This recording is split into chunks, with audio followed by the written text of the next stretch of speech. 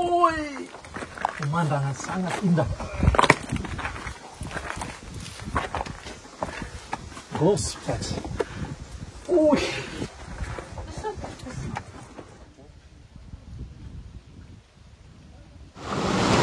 Ini yang ketiga. Wih. Oh. Oh. Satu bos. Wih.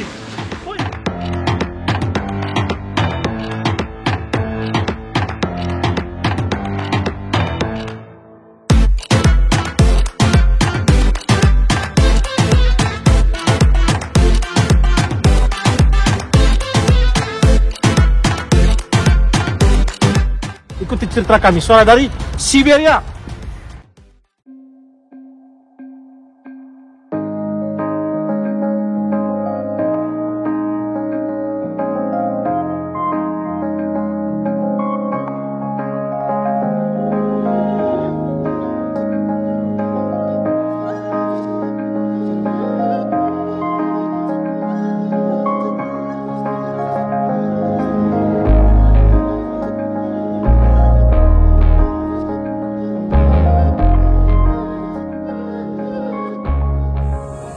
Kawan, salam dari Siberia. Kebiasaan orang Rusia pada musim panas, sekarang puncak musim panas di Siberia di bulan Agustus, adalah kebiasaan untuk menghindari panas di kota. Dan saya sudah terbiasa hidup di Siberia, dan hari ini saya ingin mengalami suasana desa, tapi bukan hanya desa tetapi pegunungan. Satu taman di Siberia yang namanya Alkhanai. Sekarang dalam perjalanan menuju Alkhanai yang jarak dari kota 212 km. Sekarang sudah pertengahan perjalanan. Pas makan. Ini baru makan pagi ya, kan kawan? Ikuti perjalanan kami hari ini menuju Taman Nasional Alkhanai.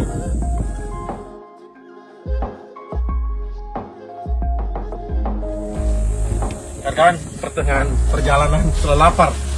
Kita harus makan ini. Ini makanan yang kami bawa dari rumah, dan nanti sampai di Taman Nasional Alkhanai kami akan coba tes makanan orang asli Rusia, makanan orang durian. Sekarang kita makanan rumah dulu, kita lihat.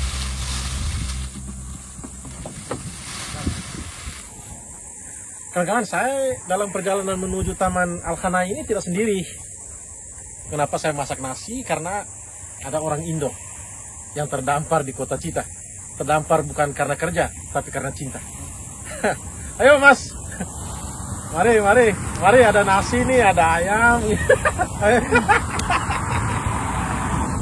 Mari mas. Halo teman-teman. Ini bagaimana ini sampai perkenalan diri dulu. Oke.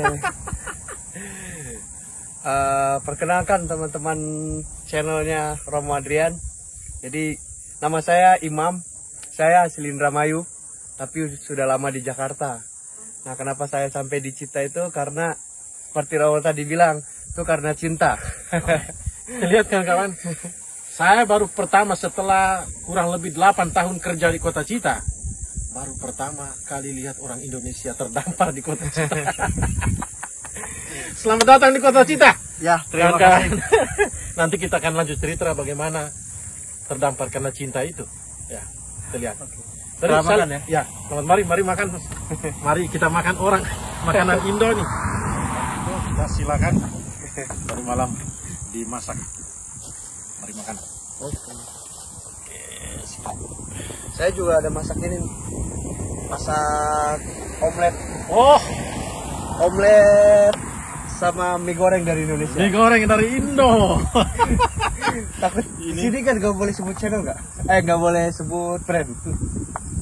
Ya, biasanya kan di channel harus dibayar gitu. Jadi kita sebut aja mie goreng dari Indonesia. Mie goreng dari Indonesia. Ya, rupanya sudah Indo ya. Iya. Dan sekarang berada di tengah. Coba. Oh itu. Wah, mie goreng.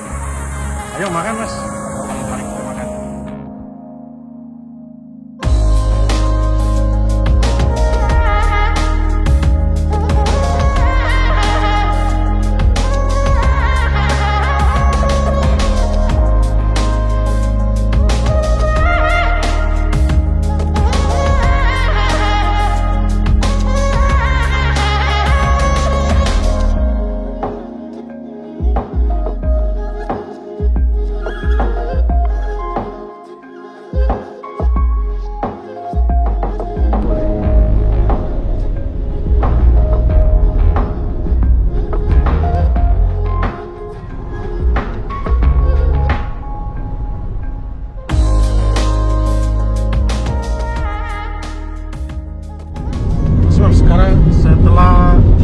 bulan ya? 3 bulan atau 4 bulan di Rusia? Maret, April, Mei, Juni.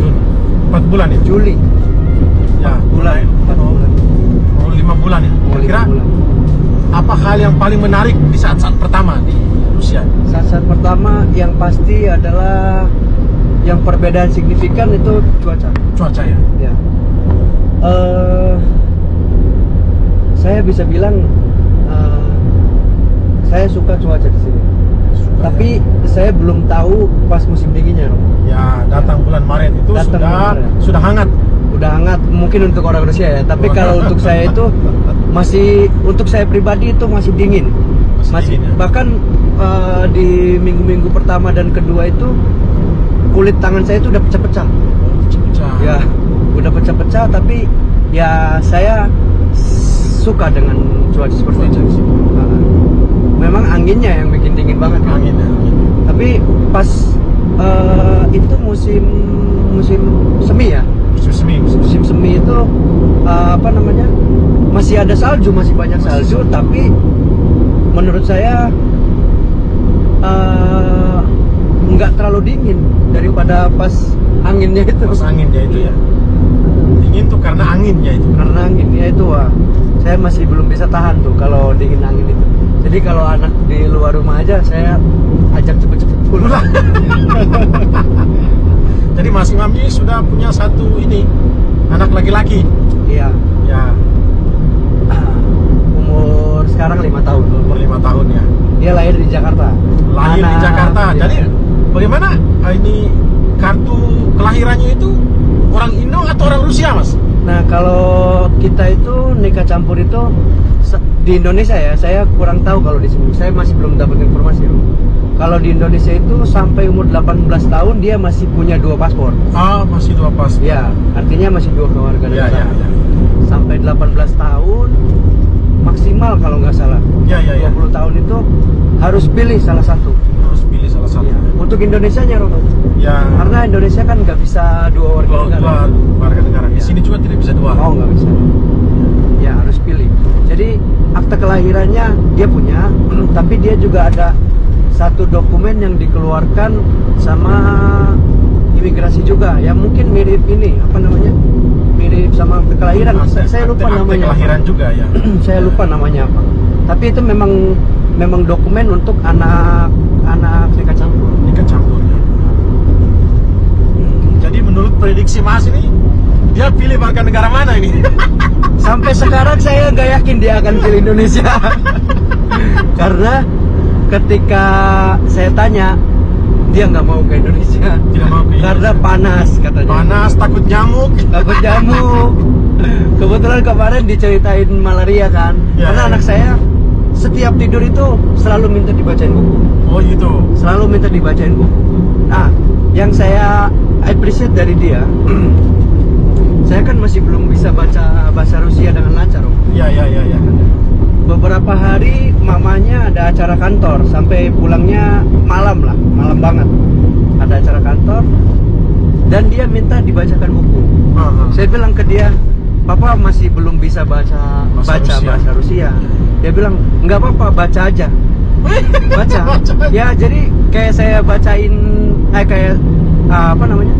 Saya baca gitu. Iya, saya baca itu kayak anak TK.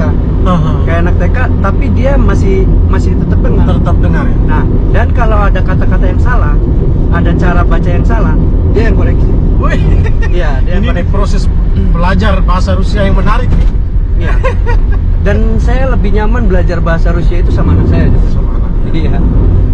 Dan yang menarik kawan-kawan bahwa anak dari Mas Imam lahir di Indo, tetapi bahasanya bahasa Rusia, tidak bahasa Indo. Nggak bisa bahasa Indonesia. Kalau telepon sama kakek neneknya yang di Indonesia, paling, dan itu harus selalu diingatkan, kayak nenek apa kabar? Oh ya.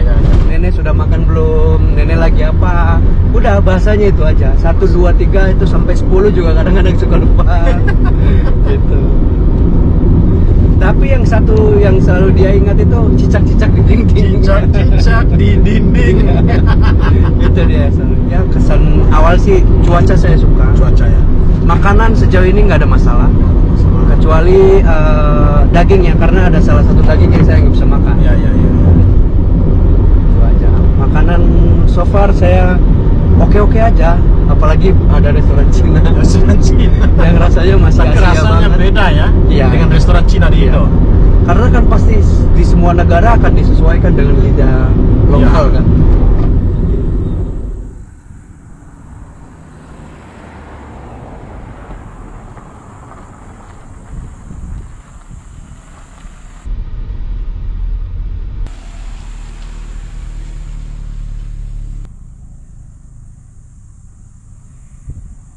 Halo Mas Imam, gimana? Ya.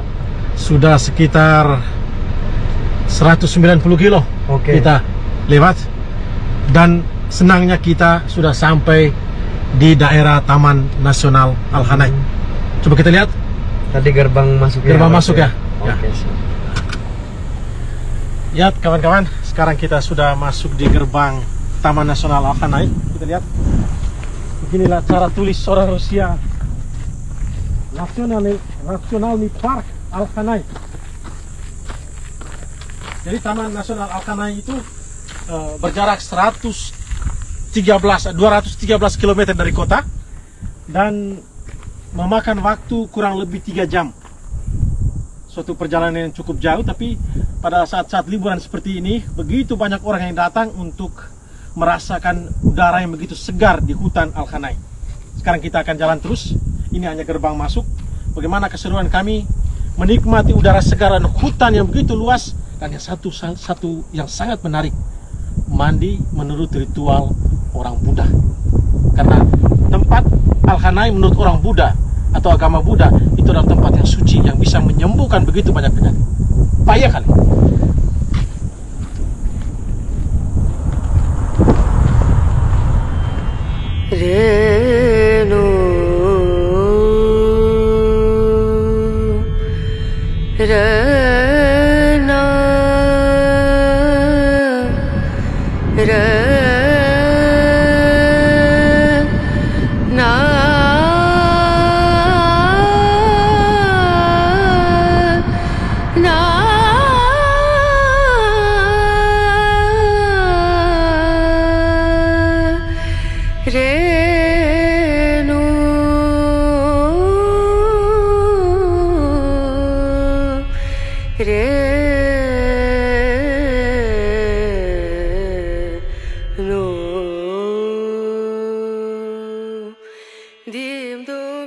Mas Imam, kita sudah sampai di gerbang Taman Nasional Al-Khanai.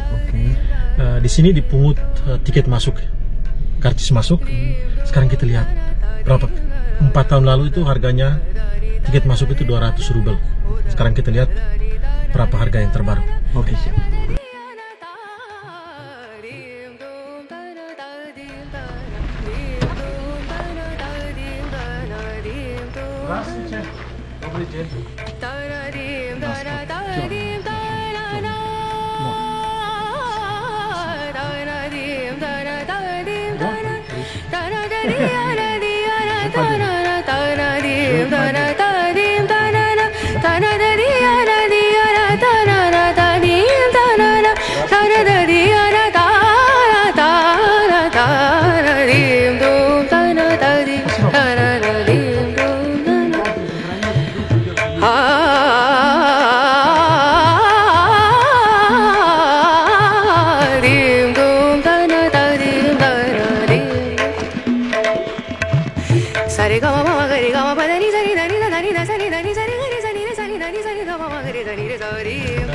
Teman-teman, ternyata harganya tetap 200 rubel per orang untuk masuk ke Taman Al-Khanai.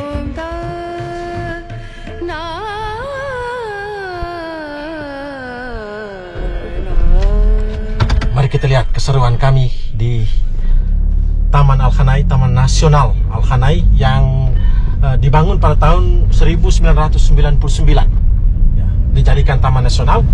Dan selain Taman Nasional, ini juga menjadi tempat atau pusat, boleh dikatakan tempat sakral, tempat suci untuk agama Buddha. Sehingga orang datang di sini itu untuk menikmati alam atau hutan yang sangat segar dengan udara yang sangat segar, tetapi juga menikmati atau melaksanakan ritual keagamaan. Biasanya orang datang ke sini timba air, minum, dan juga mandi. Dan air yang ada di Al-Khanai ini diyakini sebagai air yang bisa menyembuhkan begitu banyak penyakit. Kita lihat.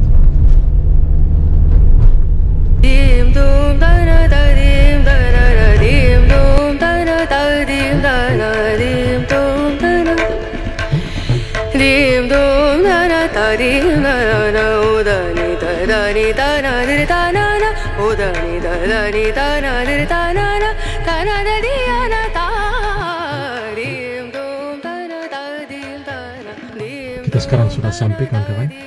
Sekarang kita akan mendaki. Ada dua kegiatan penting yang kita lakukan di Taman Nasional ini untuk kita orang Indo ya. Satu, yang pertama itu kita mendaki gunung dan melihat Taman Nasional dari atas gunung. Dan yang kedua, mandi menurut adat orang Buddha di Rusia. Celup 3 kali, tidak boleh lebih. Berapa derajat suhunya tuh? Ini musim panas ya, sangat panas, tapi airnya sangat dingin. Kita nanti lihat bagaimana rasanya. Oke.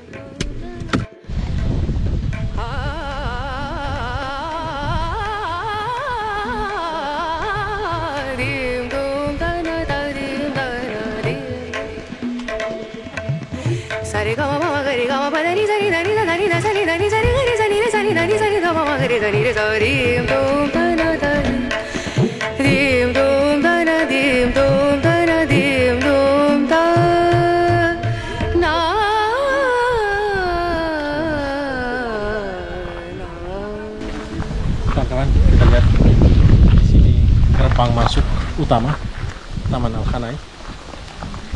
Hari ini kebetulan hari Sabtu, begitu banyak orang yang datang untuk menyaksikan atau menikmati alam Al-Khanai, dan yang paling penting adalah melakukan ritual mandi menurut ritual agama Buddha. Kita lihat begitu banyak, dan matinya sipit-sipit.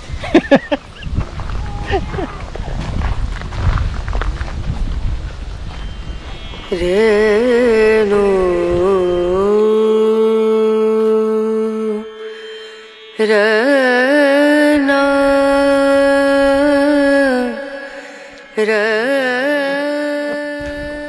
Sekarang kami akan mendaki gunung, dan dari atas gunung ini kita melihat seluruh daerah Taman Nasional Al-Khanai ini. Luasnya ribuan hektar. Yang kita lihat.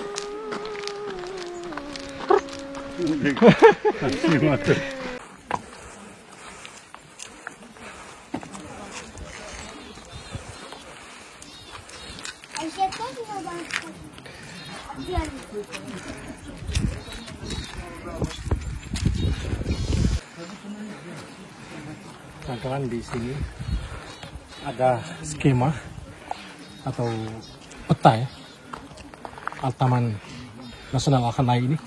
Ada flora, ada fauna yang bisa ditemukan di taman ini. Kita lihat begitu banyak burung, bahkan ada rusa, ada babi hutan juga. Lihat ini, ada juga keindahan alam. Kita ada begitu banyak gunung di sini dengan namanya masing-masing ya. Senbema, Hara Khajat, ada nama-namanya. Dan di sini ada boleh dikatakan apa ya, tempat-tempat kenangan di sini, tempat di mana dilaksanakan ritual agama Buddha. Lihat, ada patung, ada juga ini.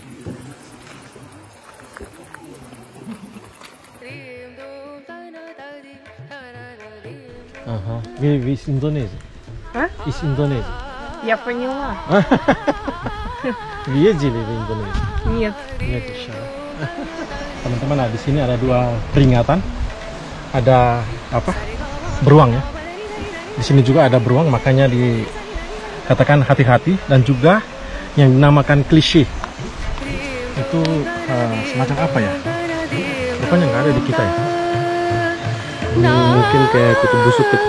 Tidak, dia sangat berbahaya, bisa mati di sini. Nah, ini kalau musim panas ada klise di hutan-hutan, makanya diingatkan untuk berhati-hati sebelum kita mendaki ke atas gunung.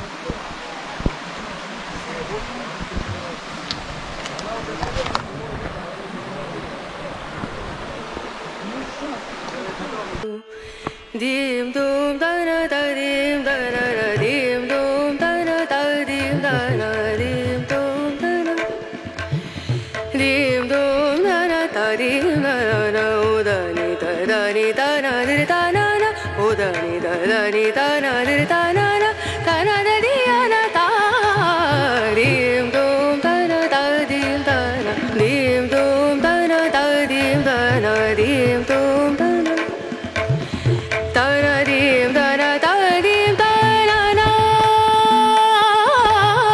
da na dim da na da dim da na da na da di na da na na da na dim da na da dim da na na da na da di na da na na da dim da na na da na da di na da na da na dim dum da na da di da na na dim dum da na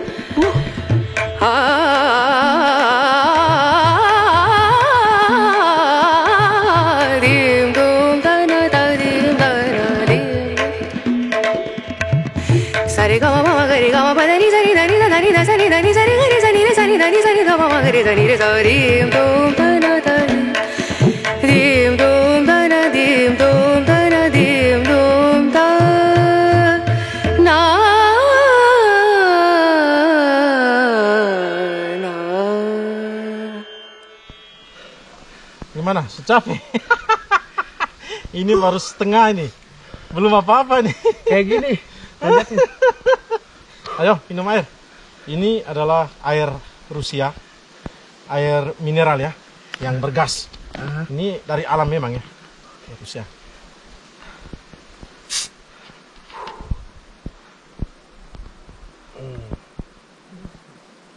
Di Alkhana ini juga di bawah nanti kami akan pergi mandi, itu air mineral juga. Orang bisa minum, bisa mandi, dan itu menurut kepercayaan di sini adalah air yang bisa menyehatkan.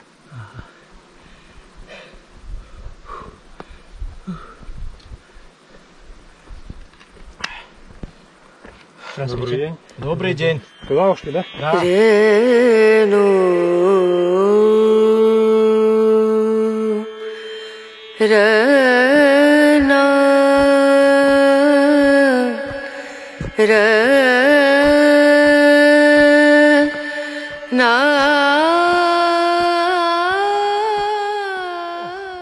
Sahabat-sahabat Siberia, Taman Alkhanai itu adalah taman di mana umat Hindu, bukan umat Hindu, umat Buddha melaksanakan ritus mengelilingi gunung-gunung. Dan gunung-gunung itu ada celah-celah sempit yang harus dilewati. Menurut kepercayaan bahwa biar sempit, tetapi orang bisa lewat. Lihat, sekarang saya masuk di celah yang sempit. Apakah saya bisa masuk? Tidak.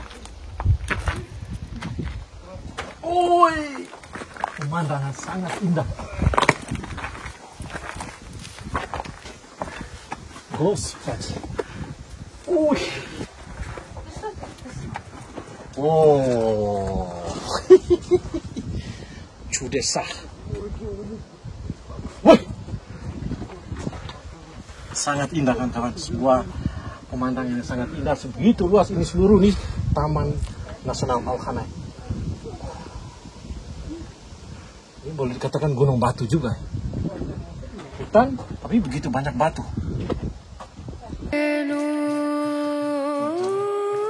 Sudah sangat capek, tapi lihat di sini.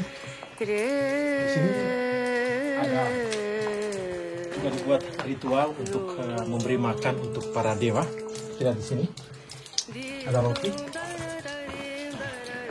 Kalau lapar langsung makan.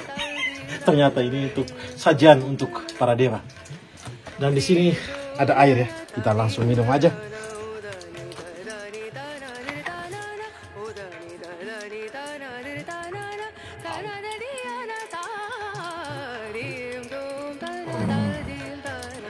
Segar. Segar betul.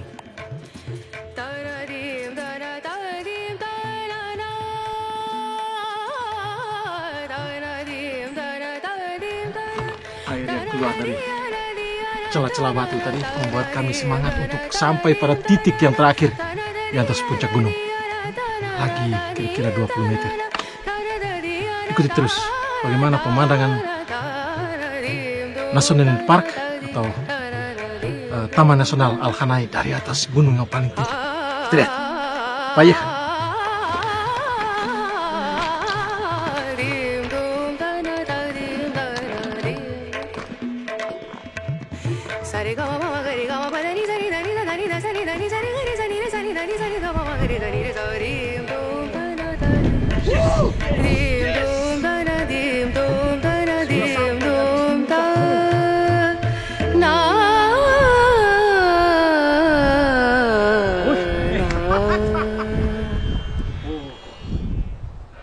Minum.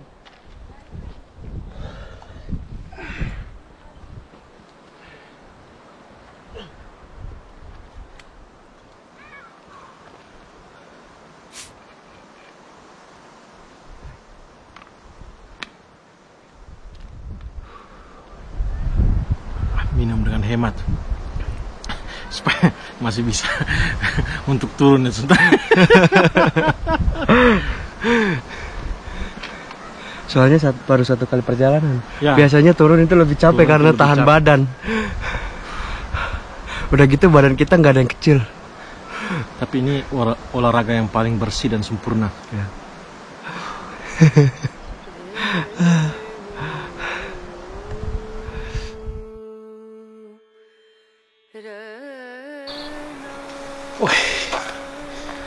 Sangat capek sudah sampai, tapi sangat menyenangkan ya. Setelah muka merengut, naik sampai di puncak langsung segar. Dan satu pengalaman atau hal yang menarik di sini, kita lihat di belakang saya ini ada batu. Sekitar 6 tahun lalu saya datang ke sini dan batu ini masih berada di sini. Bahkan kita lihat hampir sedikit mau jatuh tapi tidak pernah jatuh gitu.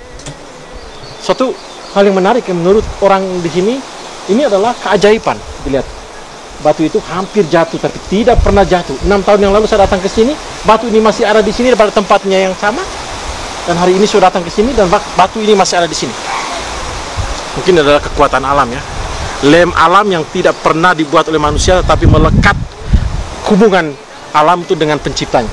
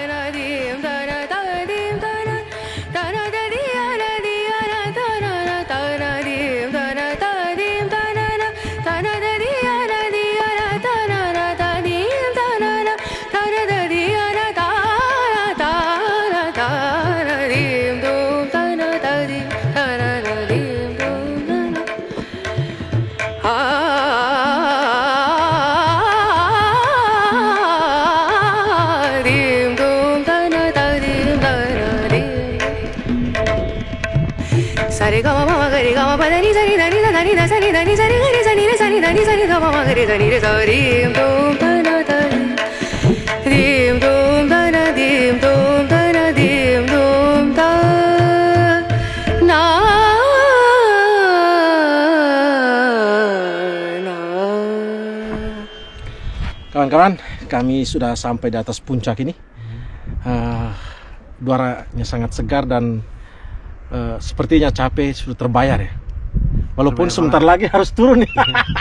Masih ada satu perjalanan lagi turunnya. Ya, turun itu.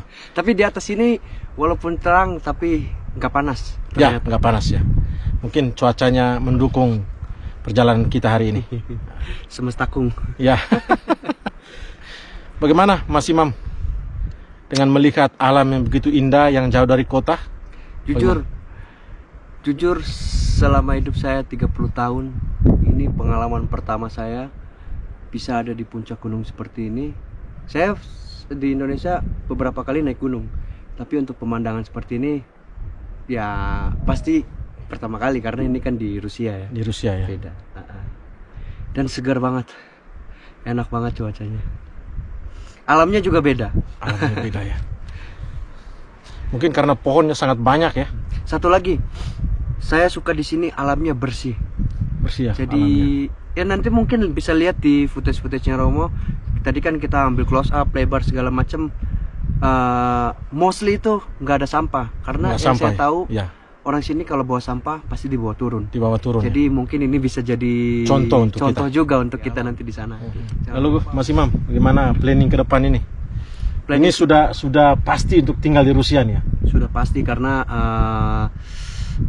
dokumen sudah hampir saya urus. Tinggal satu dokumen yang lagi dibawa dari Indonesia. Nanti Agustus paling saya urus. Jadi pasti tinggal di sini untuk lama. Lalu bagaimana planning ke depan nih? Planning ke depan ya pasti di bulan September nanti saya akan ada belajar bahasa Rusia di salah satu kampus di sini. Itu juga barengan sama orang-orang Afrika. Ada belajar dari Kamerun ya? Iya, dari Kamerun itu mungkin ada sekitar 10 atau 11 orang Kamerun di sana. Saya belajar bareng di sana. Yang pasti untuk tinggal di luar negeri, apalagi Rusia yang bahasanya mostly beda, itu yang perlu dipelajari adalah selain adaptasi dengan cuaca, yang pasti bahasa biar kita bisa hidup. Nah, ini juga saya ada pertanyaan nih untuk Romo, kan udah lama di Rusia ya, udah berapa puluh tahun di sini. Belasan tahun ya kayaknya ya. 12 tahun. Jadi ya mungkin ada tips and trick atau saran untuk kita orang Indonesia yang mau mempersunting orang Rusia. Tapi artinya ini bukan masalah cintanya ya, bukan masalah percintaannya, tapi bagaimana menyesuaikan diri di sini, atau untuk teman-teman yang akan cari beasiswa ke Rusia. Jadi saya mau tahu tips and trick dari Romo yang sudah 12 tahun tinggal di Rusia. Ya, selama 12 tahun ini Mas Imam, saya belum boleh dikatakan belum menghadapi tantangan yang cukup berarti ya. Tantangan ada, itu dimanapun dalam proses penyesuaian diri itu selalu tantangan itu ada. Tetapi memang kalau kita lihat dari jauh, dari Indo ya, kita melihat Rusia itu, kita melihat sangat dingin, bahasanya sangat sulit, lalu sangat ekstrim, orangnya tidak mudah senyum gitu lah. Dingin. Orangnya dingin. Iya, orangnya dingin.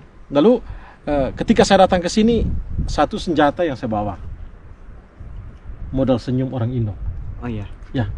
Ketika kita senyum dengan orang pasti akan menjawab, walaupun mungkin tidak semua orang akan menjawab senyum kita. Tetapi ketika kita berjuang ketemu dengan orang, karena dari sekian banyak orang Rusia yang tidak mudah senyum, begitu banyak juga orang yang mudah senyum. Dan dengan itu kita bisa membaur dengan orang. Contohnya saja dalam perjalanan kita hari ini. Begitu banyak orang sudah mulai menyapa, karena kita kan beda dari yang lain-lain yang ada di sini. Secara fisik beda. Secara fisik beda, wajah beda, kulit beda. Bahkan ketika kita omongnya beda. Itu yang pertama ya. Keramahan kita, orang Indo itu adalah satu senjata yang sangat ampuh untuk menyesuaikan diri di Rusia. Yang kedua, saya kira keberanian ya. Ketika kita belum memulai, kita merasa itu berat, kita merasa itu sangat susah. Tapi ketika datang dan memulai di sini, ya fine-fine aja. Ya, sebenarnya belajar bahasa Rusia itu yang menurut orang orang Indo ataupun orang manapun sangat susah, tetapi ketika kita hidup di sini, orang Rusia katakan хочешь не хочешь, berarti mau tidak mau harus mulai gitu. Nah, dan ketika kita membaur dengan orang Rusia itu, banyak hal yang tidak dipahami awal-awalnya, tapi ketika kita membaur dan terus membaur, saya kira kita banyak mengerti. Bahkan kadang-kadang lupa juga apa bahasa Indonesianya. Dan untuk memudahkan proses belajar bahasa Rusia itu, yang pertama itu bergaul dengan anak-anak. Kenapa? Menurut pengalaman saya, anak-anak itu bisa mengatakan salah, bisa mengatakan benar secara langsung kepada kita. Kalau orang dewasa kan masih pikir perasaan gitu. Nah, jadi lebih jujur ya. Lebih jujur ya. Dan makanya saya lebih nyaman belajar dengan anak saya. Lebih jujur mengatakan benar atau tidak. Lalu yang kedua, ketiga itu sebenarnya baca dan nonton. Baca dan nonton. Walaupun mungkin tidak lancar, tidak paham, tetapi menurut teori yang saya baca, kalau satu kata kita ulang, baca atau dengar selama 20 kali, itu akan teringat terus. Akan teringat terus. Lalu yang keempat, jangan malu untuk bertanya. Ketika kita bertanya dan terus bertanya, begitu banyak hal yang kita tahu dalam proses bertanya itu. Nah, Ya seperti peribahasa di kita ya, malu bertanya sesat Ya, di jalan. malu bertanya sesat di jalan. Kalau sesat di jalan, berjuanglah untuk bertanya. Oke, jadi yang pertama tadi Senyum.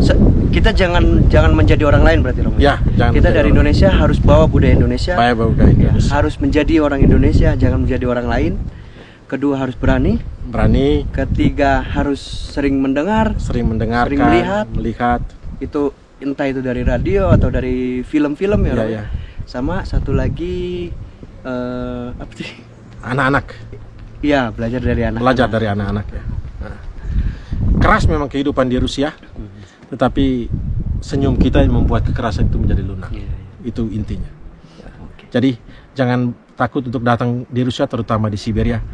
Di sini begitu banyak hal indah yang belum pernah kita lihat, tapi sebenarnya sangat kaya untuk kehidupan kita.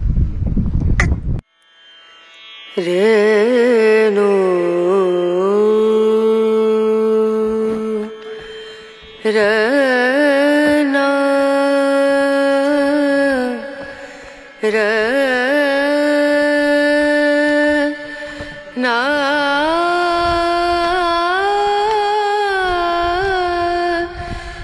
Bagaimana Mas Imam? Cuaca sudah berubah nih. Harus cepat lari. Sebelah sana hujan. Sudah hujan itu. Woi, kita pulang.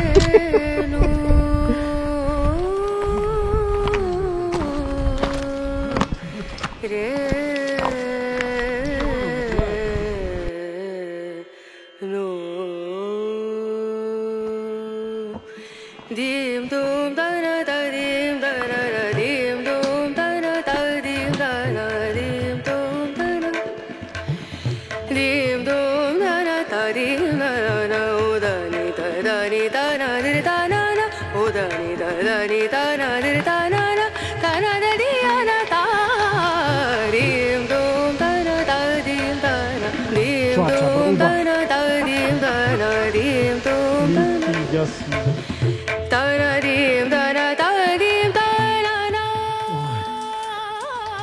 Kawan-kawan, kami lagi di puncak gunung ini. Kebetulan di sini ada gua, karena di luar lagi hujan. Tadi pagi sangat cerah, dan tiba-tiba terdatang hujan besar, dan kami tertahan di sini untuk menyelamatkan alat kamera dan lain sebagainya. Kami terpaksa berlindung di sini.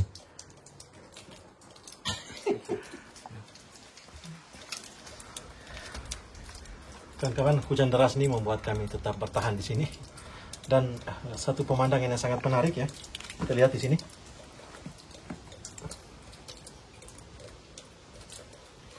Ada yang 10 rubel, ada yang 2 rubel, ada yang 5 rubel, ada yang 1 rubel. Bahkan ada yang kapik kecil.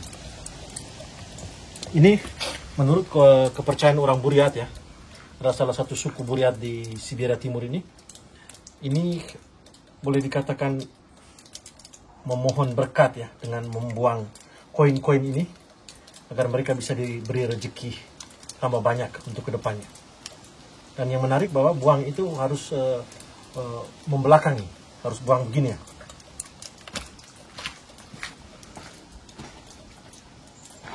Dan jangan toleh gitu. Jangan toleh.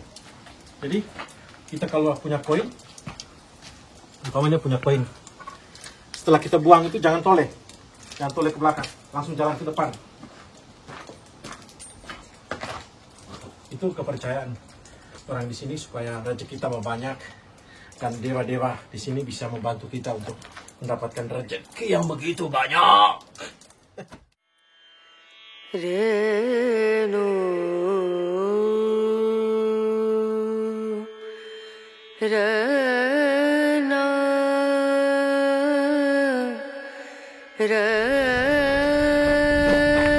Perjalanan turun itu biasanya lebih menegangkan daripada naik. Karena harus menahan berat badan, dan kita ini badannya cukup lumayan ya. Satu hal yang menarik ya, tadi itu sangat cerah, boleh dikatakan panas, tapi tiba-tiba hujan. Dengan begitu saja tiba-tiba hujan. Orang Siberia Timur mengatakan bahwa Chita atau Siberia Timur pada umumnya itu Reska kontinental nih. atau daerah yang mengalami perubahan cuaca dalam satu hari itu berkali-kali. Misalnya tadi masih sangat cerah, lalu tiba-tiba hujan. Kalau musim dingin umpamanya masih minus 30, tiba-tiba minus 15. Jadi jarak antara suhu udara itu sangat berubah begitu cepat.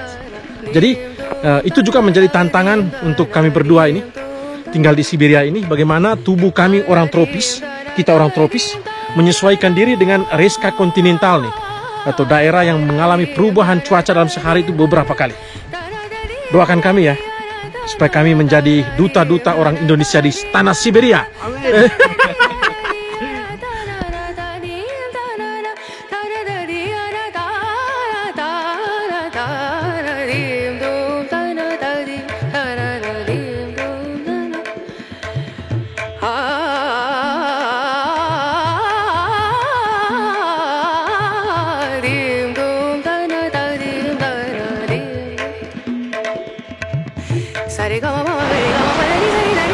Sebentar, kawan-kawan. Cuaca sudah berubah dari panas ke hujan, tapi kami akan menyempatkan diri untuk mandi menurut adat orang Buriat, celup 3 kali. Tapi karena sudah keringat, kita lihat, mungkin bukan hanya 3 kali, tetapi berkali-kali. Kita lihat.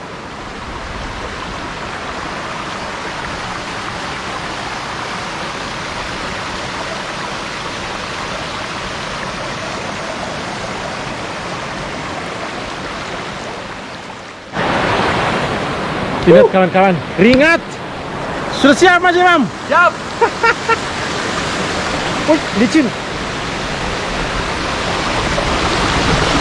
Kita cari tempat yang aman ya, yang agak dalam. Hai, dingin. Lihat begini tempatnya, di mana ada kayu ya, supaya celup naik.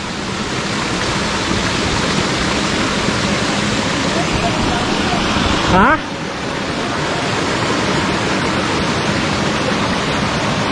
Kawan-kawan, di sini airnya sangat dingin ya, sehingga jangan mandi untuk ini, untuk apa ya? Mandi untuk bersih, tetapi mandi untuk ritual. Kita lihat.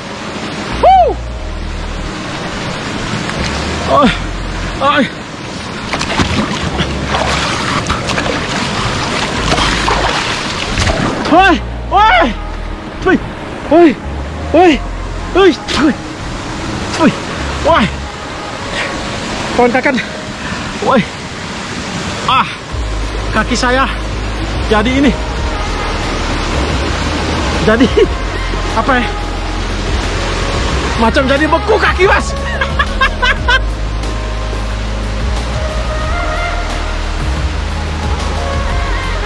Mas celup dulu. Mana satu-duanya?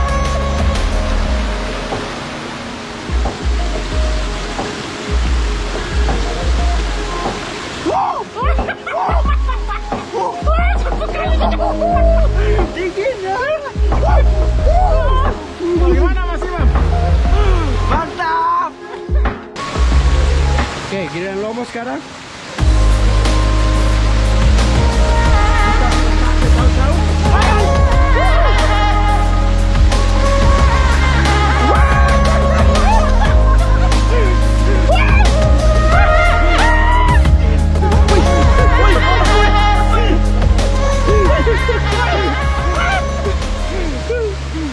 Padahal musim panas.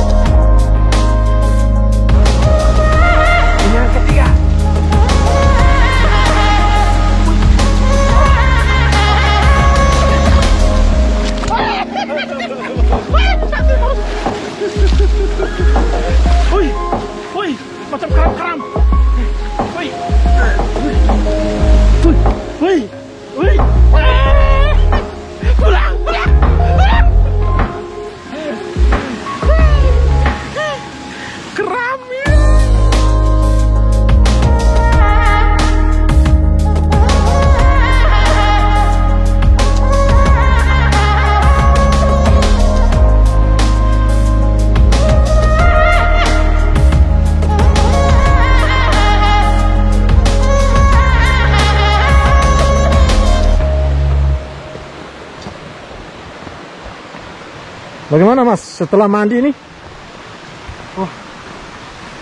Jadi setelah tadi capek, kaki gemetar, haus, keringat, mandi luar biasa. Gila, energinya balik lagi.